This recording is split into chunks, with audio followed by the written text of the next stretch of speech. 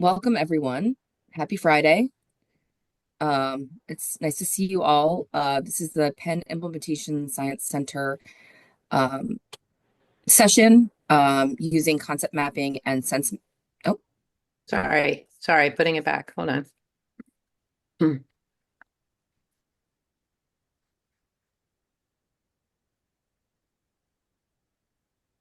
are you just trying to mess with me, Sarah? Um, Is using it on? concept, I'm it's on, sharing, right? Okay. and SenseMaker for community engaged adaptation of the cure violence model in Southwest Philadelphia. The presentation is going to explore a community engaged adaptation of the cure violence model in Southwest Philadelphia.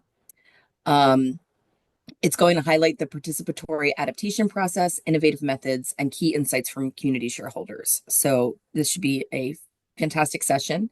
Um, Sara Solomon is the deputy director of the Penn Injury Science Center.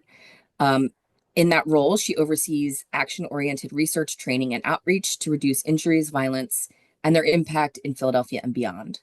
Her research focuses on community engaged research and implementation science to optimize community health, social outcomes, and opportunities. She directs the Penn Community Violence Prevention Program, which works to reduce violence in West and Southwest Philadelphia and expand opportunities for individuals at high risk, and co leads the Penn Community Scholars Program and the REACH Initiative. Both of those are training programs that foster partnerships between academics and the community. Sara, in addition to all of those roles, is also a DRPH candidate at the Johns Hopkins Bloomberg School of Public Health with an expected graduation date in May of 2025, which should give you lots more free time, hopefully. I had the pleasure of co-teaching a class with Sara and can say from personal experience that she is a phenomenal researcher and human being, and this will be a great session. I will monitor the chat, so if you have questions, feel free to put them in the chat. And then when we get to the Q&A part, I'm happy to relay those questions to you, Sara. And then, of course, if folks have questions at the end, you can unmute. Um, oh, and there's a job opening in the chat. So if anyone is on the market. Sara, we're so excited to have you today and take it away. Great. Thank you, Tamar, and hello, everybody. Thank you for the introduction. I actually defended on the 28th, so I am done officially, but will officially graduate in May. So I'm excited. This is actually the work I've been working on through my dissertation. So I'm excited to talk to you all about it.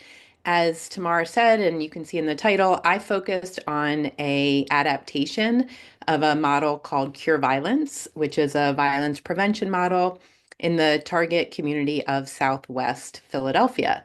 So we got funding, the Penn Injury Science Center got funding in 2022 to implement cure violence in Southwest Philadelphia, recognizing a need and moving the center a little bit from their traditional research into more closer on implementation in the translational pipeline. So we are excited about this, but knew that with starting up any new program, it was important to make it work for the context. And so we intentionally built in an adaptation phase so that rather than just bringing that model right into Southwest Philadelphia, we had some time to adapt it. And we actually took a 15-month process to do that. So that's what I'm going to talk to you about today. I'm going to tell you how we did it using concept mapping, talk a little bit about SenseMaker, which we used as a tool to adapt concept mapping. And then I will bring you through the some of the findings or really the deliverables from the adaptation. And then if we have time, and I do have a lot of slides, and I want to make sure there's time for discussion, but if we have time, we did move into a pilot evaluation phase, and I'm planning on sharing some findings. So I will start with, okay, there we go. Um, so I'm going to start just with some background around community violence for those of you who aren't as familiar, and then go through the aims of this study and conclude with some future directions and implications. Please feel free to stop me for questions along the way. I'm fine with that, or we can wait until the end. Before diving into the background, I do want to clarify a couple of key terms um, for those who like the definitions. First, so gun violence. When we talk about gun violence, we're really talking about any type of violence committed with the use of a gun or a firearm. And then when we talk about community violence is one type of interpersonal violence that may or may not have a firearm. Often it does. And it occurs between individuals who may or may not know each other, typically occurring in public spaces and places like streets or neighborhoods. So I'm going to be talking about both community and violence and gun violence, which is the focus of this study. So, why focus on gun violence? As many of you probably are aware, it's a leading public health crisis. It has far reaching physical, social, emotional, and spiritual harms. It's an issue of equity and social justice as it disproportionately affects marginalized populations. It imposes a substantial economic burden on society. And most importantly, for this presentation, it is preventable in nature. By adopting a public health approach, we can develop and implement public health interventions, just like tackling other diseases and non-communicable diseases, and by prioritizing community-based prevention strategies. Um, and so today I demonstrate that not only do we need a public health approach and should have one, but we should also employ implementation research methods in order to optimize our interventions. So I wanted to just start just showing you the landscape of shooting data here in Philadelphia. A few things here to notice. First, we surpassed the national average, which is in gray, on fatal shootings, as shown comparing the red line in Philadelphia to the gray line as the national average. We can also see both with non-fatal and fatal shootings in Philadelphia, some gradual inclines and then a big spike like the rest of the country around COVID, and now on a downward trend. The rates are still higher than national averages and higher than what is ideal.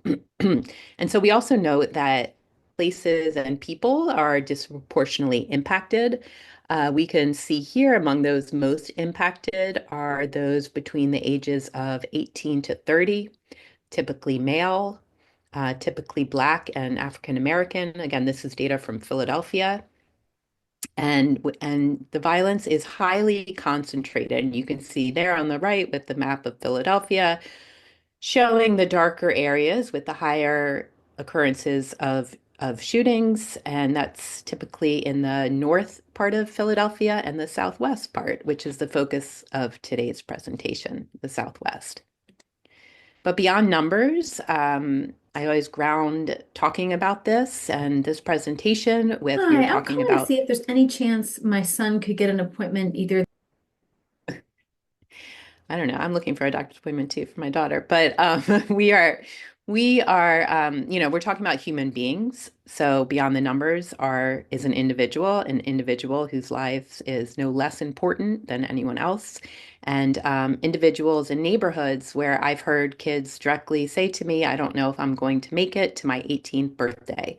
So this is the reality in communities, and it underscores the urgency of reimagining how we approach violence prevention. Traditionally, violence was not viewed through a public health lens. Throughout most of the 20th century, efforts to reduce gun injuries and deaths were left primarily to the criminal justice system. And the recognition of violence as a public health issue has evolved over time. Certainly, there were grassroots efforts happening as early as the 40s and 50s, which aren't depicted on this slide. And then in 1986, when the Surgeon General, first recognized gun violence as a public health problem, was a big turning point. Of course, this led us to the chilling effect of the Dickey Amendment in 1996 For those of you who aren't aware, this essentially paused gun violence research for about 20 years. Could sound familiar. And then to the reversal of the Dickey Amendment in 2019, along with some more recent legislation like the American Recovery Plan Act, the Bipartisan Safer Communities Act, has really shifted our understanding towards not only understanding gun violence as a public health concern, but also addressing violence as a preventable public health concern, along with allocated funding from federal down to the local level. We can see that here in Philadelphia. This is just an example from 2021 with a $22 million investment in our community expansion grant awards. You can see the awards co-located in and targeted towards the neighborhoods with the highest concentrations of violence. Certainly, we know it takes more than funding, and these haven't gone without scrutiny. But many of these are using a more public health approach. And when we think about violence using this approach, basically it shows and talks about community violence is not random. It's patterned, it's predictable, and therefore it's preventable.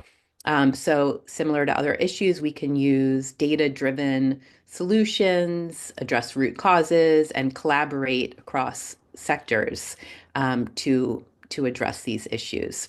And so this has become formally known in the violence community as community violence intervention, which take a targeted public health approach to gun violence. Community violence interventions, or CVIs, you'll hear me call them, they vary in nature, but at the core of them is the principle that community members are best positioned to address the violence in their own neighborhoods. They have the trust, the experience, and the proximity to intervene in ways institutions and quote unquote experts often cannot. So my work builds on this truth and in partnership with community participants by centering community voices in both the design as well as the implementation of a CVI. And the CVI we focus on for this study and this work that we're doing through the Injury Center is known as Cure Violence. Cure Violence, actually started by a epidemiologist, treats violence as a contagious disease by interrupting transmission. They do this by frontline staff who are often these trusted members of the community. And on the right, you can see here, these are the three main components of the model. And we'll go back to these, so they're important to go over. The first is being able to identify when and where violence is occurring and detecting and interrupting that violence before it occurs. Oftentimes, this involves conflict mediation techniques. The second thing is working individually. So being able to identify those who are the highest risk transmitters or those who are at the highest risk of being on either side of a gun and working with them individually as a social worker would do in case management to connect individuals to services and get them on better, what we call pro-social pathways. And finally, the model has a component where they're doing a lot of community outreach and engagement with the hope that they'll change group norms at the community level that support and perpetuate the use of violence. So that's the model. But here's the deal. In our pipeline of evidence, the best we have that is promising, though not proven effective. Despite its widespread replication of cure violence, probably the most widely replicated CVI since the initial evaluation in 2007, demonstrated effectiveness in 4 of the 7 neighborhoods in Chicago. But then consecutive studies have shown partial or no effectiveness in reducing at least one measure of violence. Some studies have even shown evidence of increasing violence in some of the cure violence neighborhoods. And well, with funding allocated for CVIs, promising evidence is what we're working with. And we need to find ways, therefore, to understand and optimize the implementation of this model. So these mixed outcomes really drove the desire to use an implementation research lens in this work, with driving questions such as, why does cure violence work in some neighborhoods but increase in others? Are certain strategies more effective?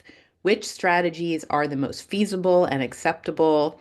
And, importantly, what's being adapted? Is it documented? And so this sort of took me on a journey of looking at it, really beginning with understanding right now what the implementation research is saying, and then building off of that and adapting this model to fit the context of Southwest Philadelphia. And the conceptual framework drew upon a common implementation research conceptual model and framework, but further, as you can see from the bottom, grounded deeply in principles of community-based participatory research, which intentionally builds on the strengths and resources, among other things, of the community. So as you can see, moving from left to right of the model, this begins with getting an understanding of determinants, as we know, of our barriers or facilitators, to implementing cure violence. We relied on the consolidated framework for implementation research to help define those, and then identifying the implementation strategies which would ideally address these determinants. We believe, and we believed in this work, that by optimizing community buy-in, participation, and engagement as a mechanism, that we could enhance the reach, the effectiveness, the adoption, the implementation, and the maintenance of the intervention, as guided by the REAIM framework. So drawing on a couple of implementation frameworks here, this time an evaluation one, and ultimately reaching longer term outcomes, seeking to reduce crime, violence, and increase health and safety in communities. So that's our conceptual framing. And the aims of the entire study, I'm not going to go over all of them today. We're, as I said, beginning with a scoping review, so learning from around the implementation and then applying some of what we learned in an adaptation, and then evaluating the pilot adaptation. As I mentioned at the beginning of this talk, I'm going to talk through the adaptation aim. And if we have time, I'll get into a little bit of the pilot evaluation. Here is our study population. Also, our staff is who you're looking at on the screen, or some of them. So the setting for this, as I've mentioned several times, is Southwest Philadelphia. You can see it depicted on the picture on the left. This is also, as I've mentioned, a subset of the city with concentrated disadvantage and high rates of gun and community violence. So this study, as I alluded to in the beginning, is embedded within a funded intervention since 2022, of the Penn Community Violence, called the Penn Community Violence Prevention Program, that I lead, and some staff shown on the right. And the primary study population then is a propulsive sample of our 5 team members or staff members, a community advisory board of 12 community leaders, residents, service providers, and school officials, and also clients of the Penn Community Violence Prevention Program. These are the individuals who are at high risk for violence, that we refer to them as our clients. And then we've had additional engagement of other stakeholders and cure violence informants. So this was the aim of the overall aim was to adapt using the cure violence model, using a community engaged approach. And I've listed the research questions there, but the main thing was to identify contextually specific barriers and facilitators, and then identify which strategies have the greatest community buy-in, acceptability, and perceived effectiveness. And the adaptation was intentionally focused on the implementation strategies, as we remember from our conceptual framework. So we were staying true to the core components of cure violence, identifying and detecting violence, working one-on-one with individuals, and changing community norms.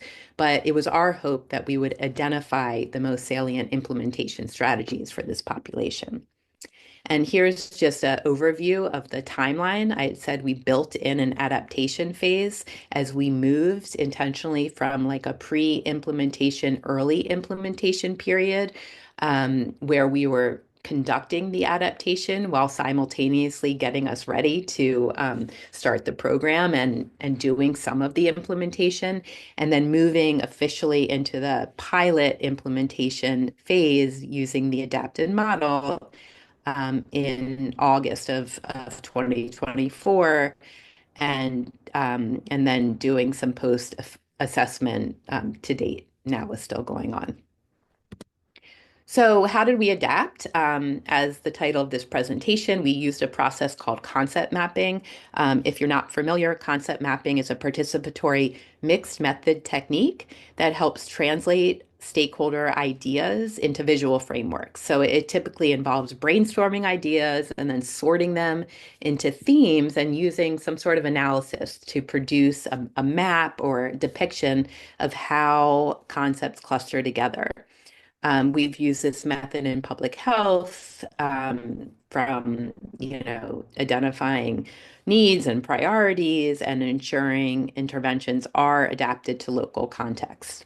So, in the following slides, I'll break it down a little bit more to what we did in our iteration of concept mapping. So the first step really goes in hand with the second step. The first step is developing prompts or questions to use in the concept mapping process.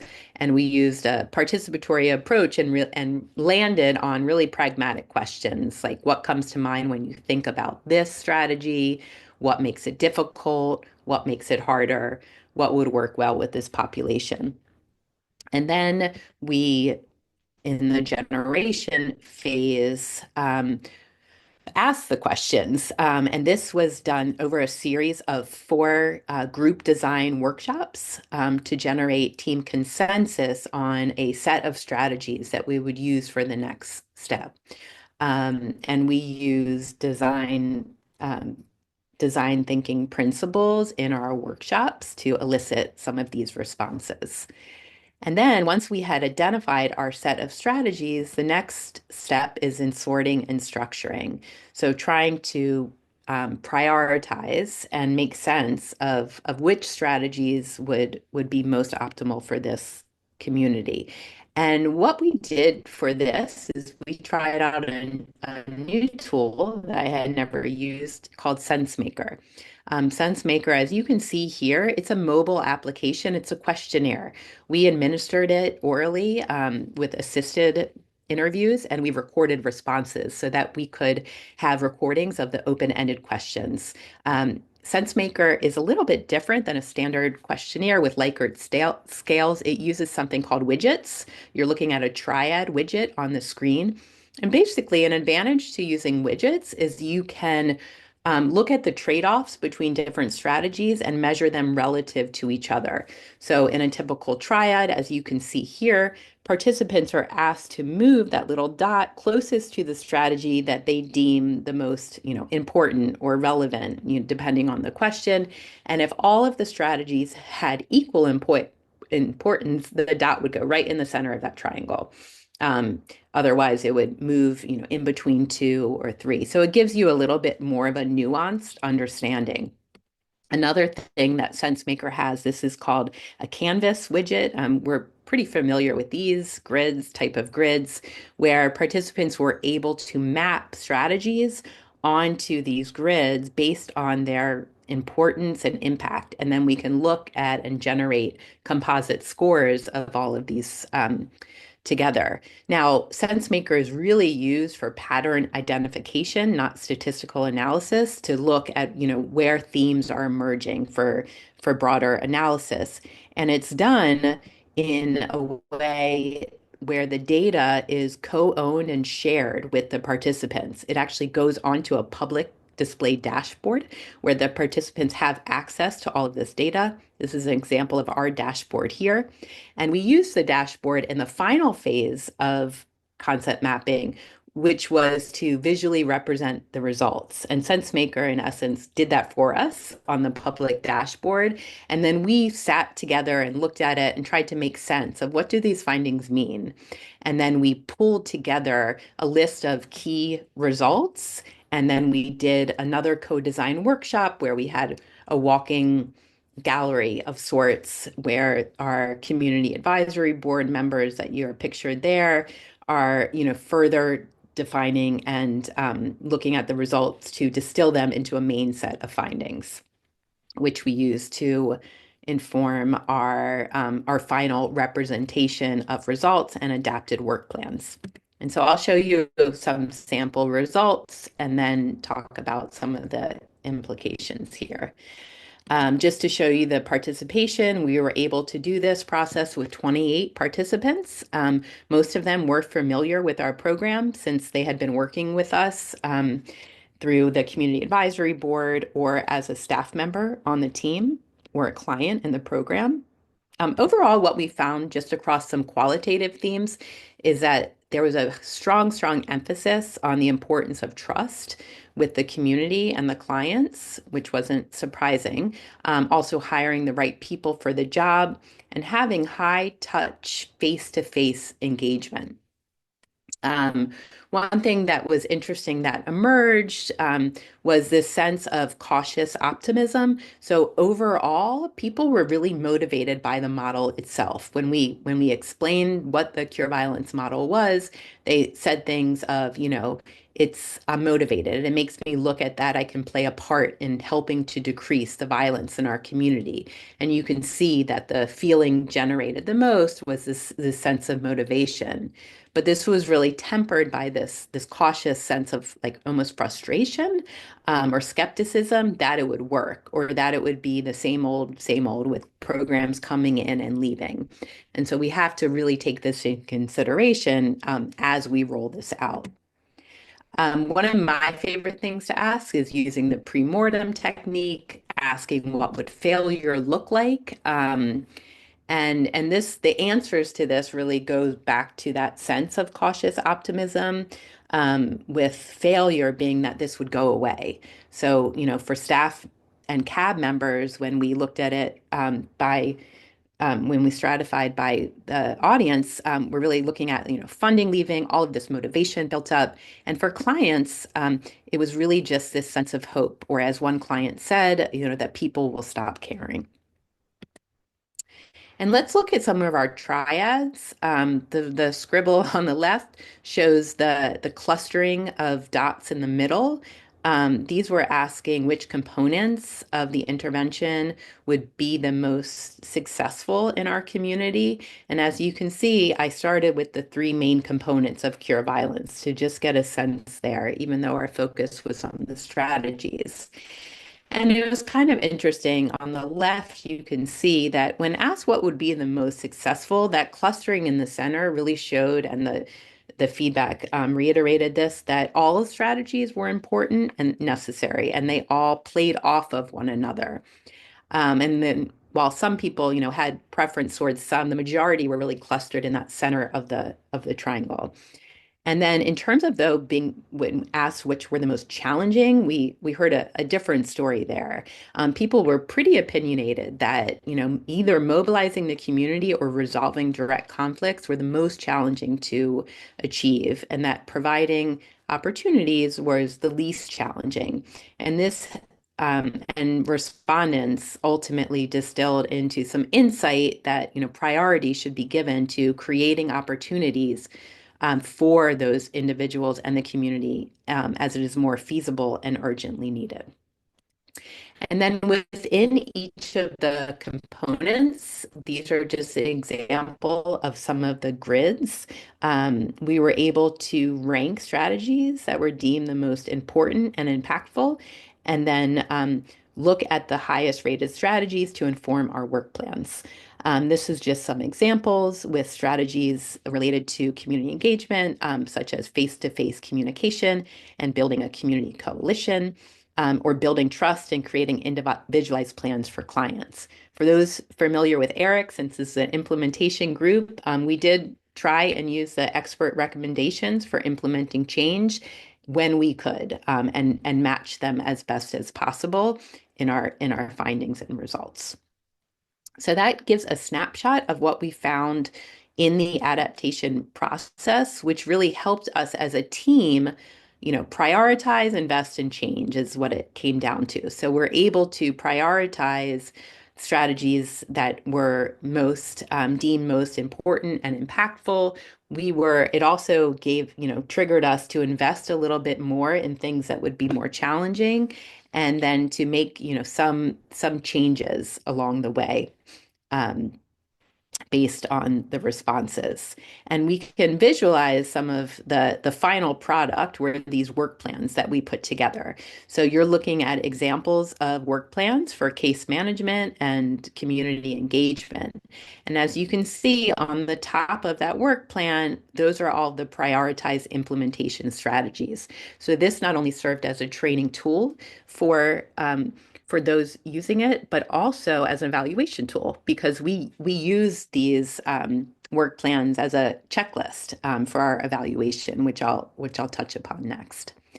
We also, and this was really more of a result from the scoping review, we were able to develop an implementation research logic model of cure violence to help move the field further.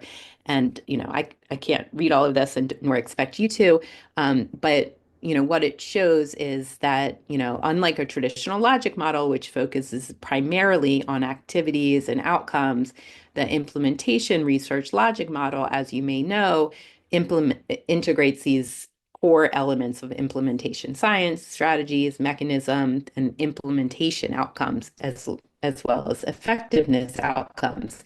And this was something that was missing from the literature. And for our work, again, we really have focused on these implementation strategies.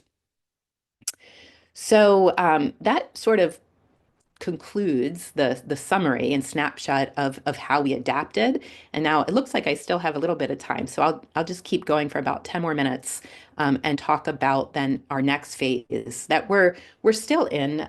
We are now evaluating our adapted implementation, and so the aim was to evaluate the implementation not only of the adaptation, but really looking at the stakeholder engaged process of itself. Trying to answer questions that funders like PCORI are interested in is like, what is engagement? Is it accepted? Is it authentic? And so we tackled this in this aim as well. Our primary research questions for this study revolved around the reach and fidelity during this pilot 18-week period that we deemed the pilot period, and focusing on how acceptable and appropriate the engagement of stakeholders were in this university-led adaptation. And we also looked at some short-term effectiveness outcomes among our Penn Community Violence Prevention, or PCVP clients. So we relied on the REAIM framework, and we looked at the REACH short-term effectiveness and some components of implementation, not at the adoption or maintenance. You can see we looked at different levels across individual, organizational, and community. Our main data sources on the right, we had client surveys that we administered after the 4 months of implementation. We used a case management tracking system called Charity Tracker. We used implementation checklists that I showed you before. We had other internal administrative data.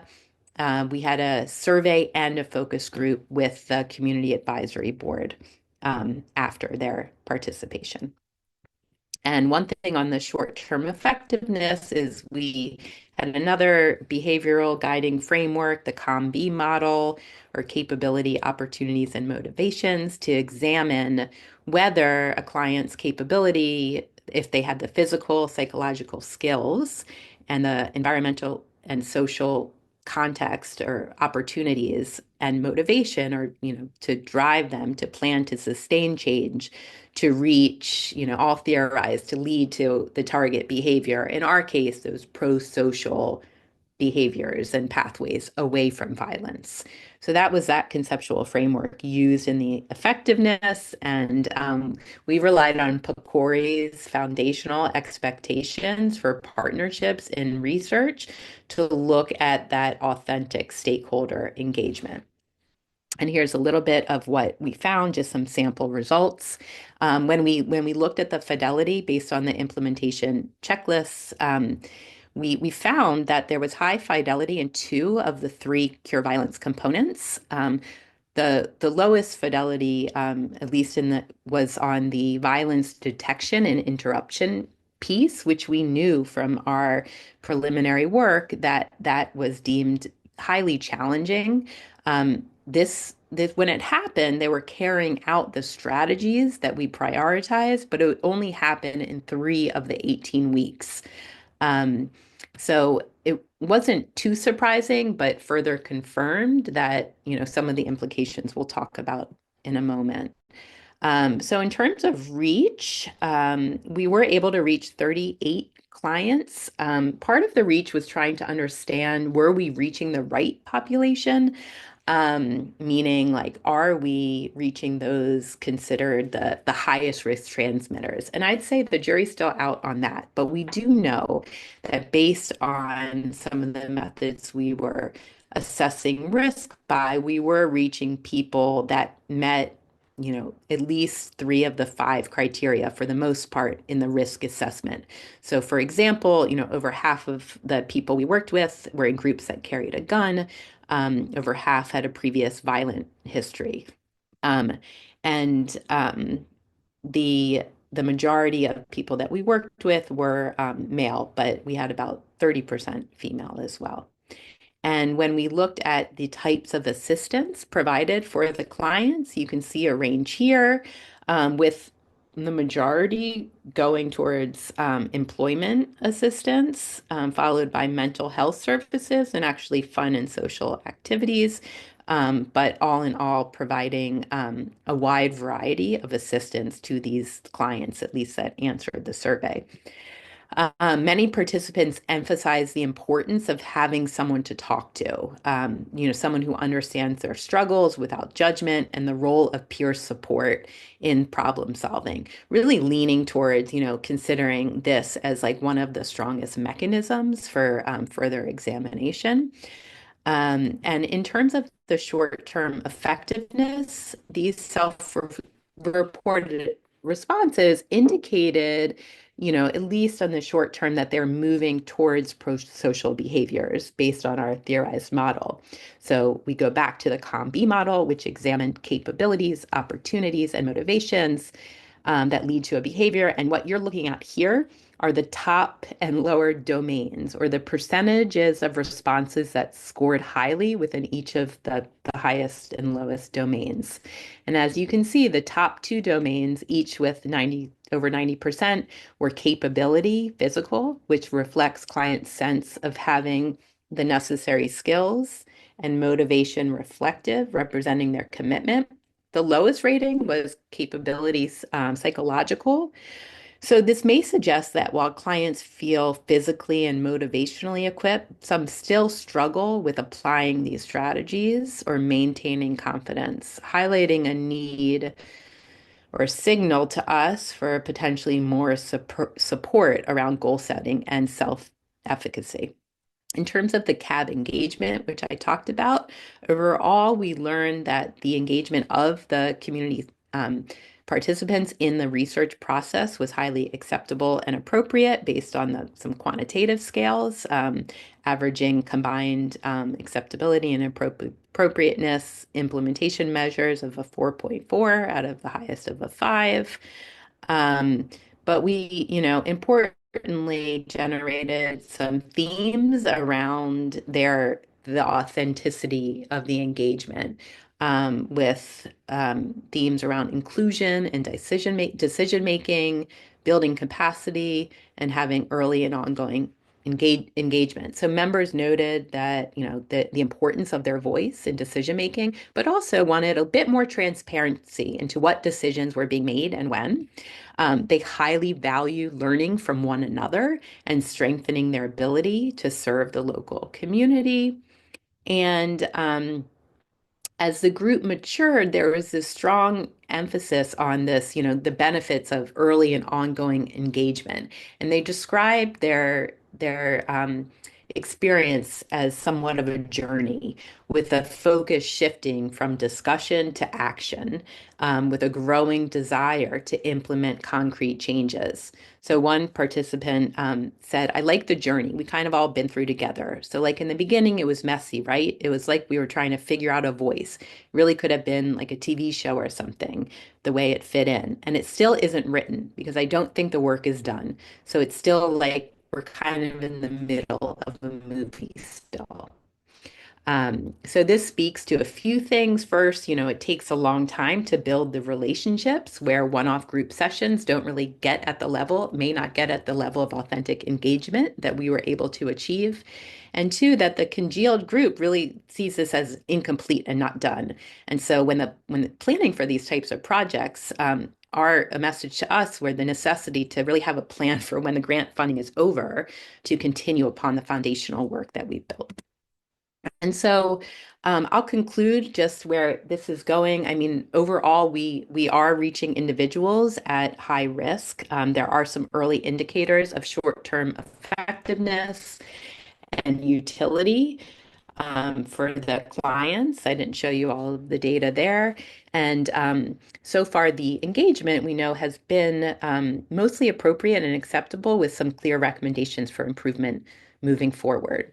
So moving forward, we are rethinking our violence detection and interruption strategies, incorporating some of those engagement strategies suggested by the CAB, and have would like to increase, the rigor of the study and the evaluation moving forward as resources are acquired.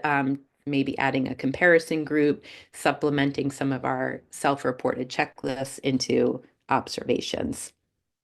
And I will just mention a few strengths and limitations. I think a strength of this was the intentional and planned adaptation. Ultimately, the strategies were in alignment with community and staff input. We developed a bunch of tools that we used in the pilot testing that we're working with a city coalition to provide those for replication. We were able to leverage a community advisory board throughout the whole process. Certain limitations. Was certainly time intensive and therefore costly. The study design wasn't optimal without comparison groups and, observations. We had a smaller client sample that filled out surveys than desired, some short-term measures, and just in some inherent power dynamics that we learned through our focus group with the CAP. And so in the future, this lines us up for some potential research opportunities. I'll bring it back to the implementation research model. Certainly, there's opportunities to test strategies against each other, which the field has not done. Maybe better understanding some of the mechanisms that came out during this study and in the literature, measuring and reporting on the adoption and maintenance. And then, of course, maybe a quasi-experimental design somewhere along the road to measure the overall impact in a robust way. And beyond research, it has practice and policy implications. I've talked about some of these practice ones. If it's not clear by now, this is a huge advantage locally for us as a team and hopefully for the citywide coalition.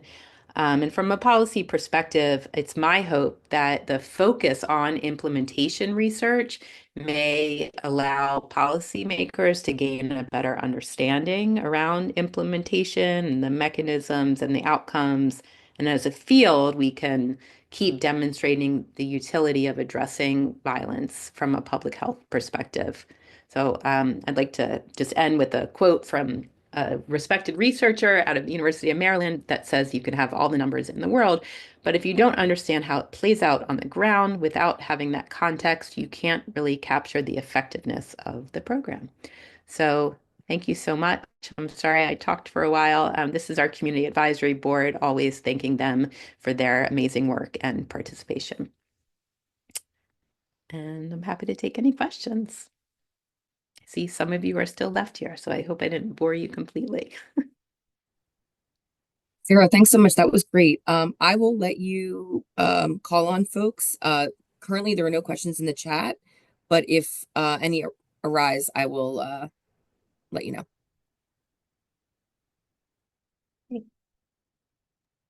Can I ask a question? Yeah. Okay, great work and great talk. Thank you so much for sharing. I have actually a couple of questions that I will try to consolidate. The first thing is you mentioned that the results, the effectiveness, that it's not at the level that we know it's proven to work. We just normally take the evidence-based interventions that has been proven to be effective for sure to take to the implementation science work level, right? So I was like kind of wondering how you made the decisions that if there was any need for adaptation to the core components of the program that may also increase the effectiveness versus strategies, or maybe both.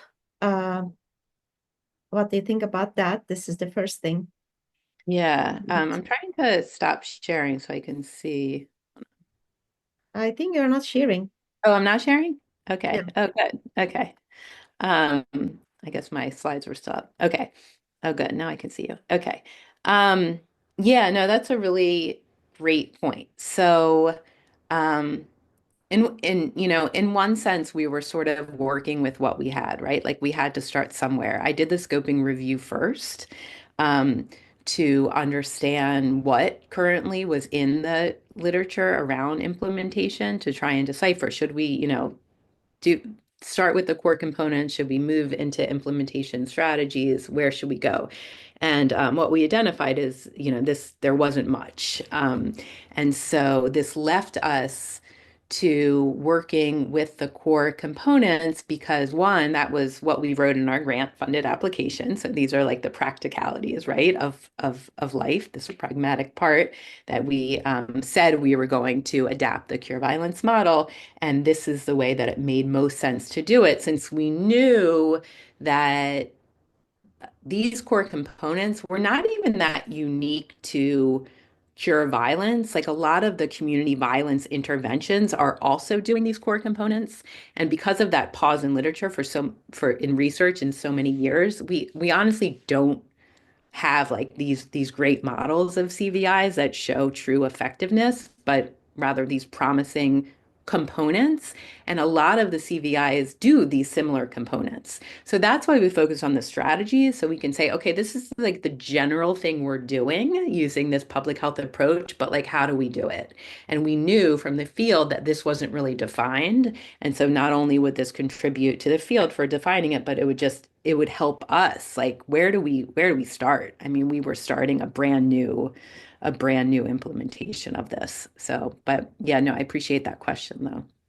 Yeah, this is great. And my next question was that just, there are a lot of discussions about the adaptation of the intervention itself versus implementation strategies. Plus, I will bring one more dimension that actually also, like, sustainability can also be improved with the adaptability, but it may also bring some concerns for the fidelity. Oh, So, I didn't know. and I saw that just in your slides, you just put a comment. I mean, it's not the comment, it was one of the things that you just said, individualized planning, as one of the core maybe elements for this, for one of the strategies, let's say. Uh-huh. how do you evaluate along the way, now and from now on, like 10 years, 15 years from now, that kind of for this type of intervention, because you just put as the sustainability along the way. Right, So in right. the concept of fidelity, adaptability, and sustainability. Yeah. Um, great, great question. It's similar response to the first one where we sort of had to start somewhere, and we knew we had to document all of our adaptations and be very intentional about that. So we're going to continue to do that. I think the outstanding question is really like, well, if we don't have this violence detection and interruption piece, are we, will there be any effectiveness? Like, we don't know. We don't know the model with it or without it.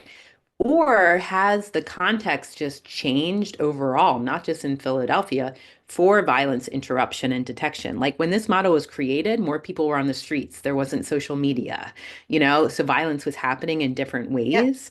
So we built the strategies thinking we were going to be like literally identifying through intel when conflict was going to occur and trying to mediate that on the spot. In reality, what we're learning is that it's really because so much of this is happening outside of the streets on social media. Like we've found the best way to do this is through partnerships with these anchor organizations like schools.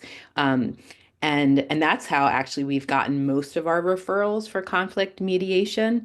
But it doesn't happen every week. So then, it's like having to talk through these things. Well, we're doing it, just not every week because the way we get information has changed a little bit. But yeah, I mean, these are important questions to tease through, but also speaking to that we have to, as researchers, start to document these variations in implementation as we're doing these evaluations, which we know, I mean, there's been in the CVI literature, I if you just like search for CVIs before 2020, you might find like a handful of papers. And now it's like increased exponentially. So as we're like moving this field forward, really what I wanted out of this was just speaking to using some of these implementation research methods and including adaptations and documenting them and talking about them. And, it's a messy area, violence, and so nothing's ever going to be that clear cut. Um, but yeah, for us at least, we're trying to be as to to document as much as possible what we've adapted as we continue to measure some of the impacts. I don't know if that answered it, but it's messy. yeah, that's great. Thank you Yeah. so much. Yeah. And this was my first attempt at doing a adaptation. So yeah, I'd love to hear any other experiences and talk through it more with people if they want to reach out to me. But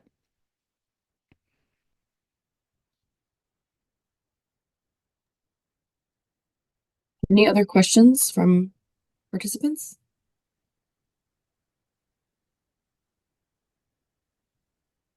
I have I have a question. I guess this will be the last one, but I'm curious. You were in a pretty well-defined geographic um area, and I'm just curious, how do you think sort of lifting this process up, moving it to another geographic area, another kind of community, what do you think some of the challenges might be?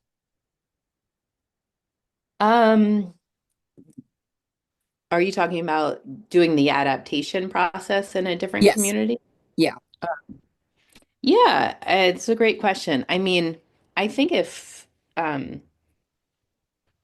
the resources allowed for other communities to have a very high touch process with a thoughtfully defined set of participants for the study, it would work pretty similarly. I mean, we're using co-design workshops. We are working with them through, from the beginning by, identifying what the specific barriers and, facilitators are in their context. And like, even if And that could even start before thinking about the intervention, but just with like, how do we get these people together? Like for what worked for us might be different for a different community.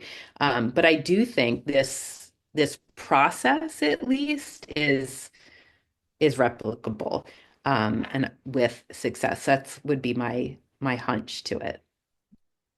I could be wrong. I mean, the time and the resources is probably the biggest thing. Not everyone has the time and a dissertation in front of them where they have to get it done, you know? So Yeah, I feel like that's often the challenge. yeah.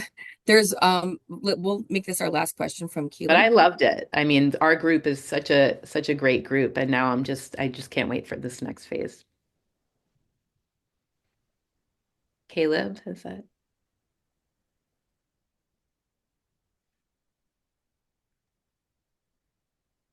Caleb, do you have a question?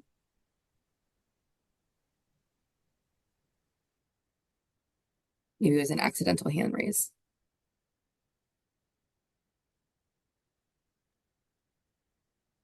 I have All a right, really quick question. Oh, go ahead. No, go ahead, please. is there an ideal number of participants or a range to use with the tool that you used, Oh, SenseMaker?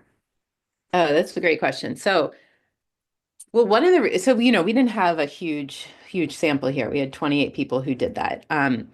With with concept mapping, that's good. I mean, one of the reasons we chose concept mapping is because it can be used with smaller sample sizes. With SenseMaker, if this was we cheated a little with SenseMaker. We use this for like sorting and ranking. SenseMaker is an ethnographic tool, and it's really used to identify patterns and themes to a much larger audience. And people don't usually record interviews, which is time intensive, but they send out the survey, the mobile application. And so when there's a whole team that works with you. And so typically it's really 50 to 100 ideally people. I mean, there's not a whole set number if you use it in that way. Because we had a different functionality and we were starting from components and distilling strategies, we were looking for enough people to identify patterns. As I said, we weren't looking for statistical significance, and we thought we'd be able to achieve that with about 25 people. But if you look into the tool, and you can read about it, I'm happy to share more. It is generally the way it's supposed to, like traditionally delivered as a survey would have higher numbers because there is statistical testing that gets done behind the scenes with it, and they told me at least the number was like 100, and I was like, oh no, that's not going to happen, so how can we adapt this? And I was learning about the tool too, which I thought was really cool, especially the public dashboard. So interesting. Thank you. Yeah, you're welcome. Sarah, I want to be mindful. We are over time, but there was Yes. a request in the chat to share your email address for folks if they want to reach out to you. So would you mind just putting that in the chat? Yeah, sure. Thank you so much for having me. Okay. Thank you. Great work. All Thanks, right. everyone. All right. Thanks, everyone. Bye.